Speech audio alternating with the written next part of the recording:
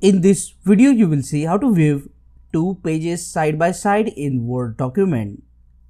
To view the pages side by side, first you need to click here on the View tab.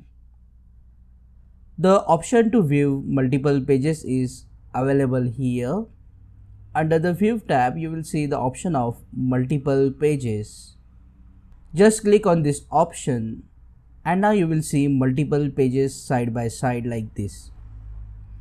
You can increase or decrease the zoom like this, so you can see even more pages, or if you want only 2 pages you can also adjust the zoom accordingly. To go back to the normal mode, just click on the one page option and then you can adjust the zoom according to your use. Click on that like button, comment below and let me know if this video solved your problem. And don't forget to check out these useful videos if you want to learn Microsoft Word quickly. See you again in the next one.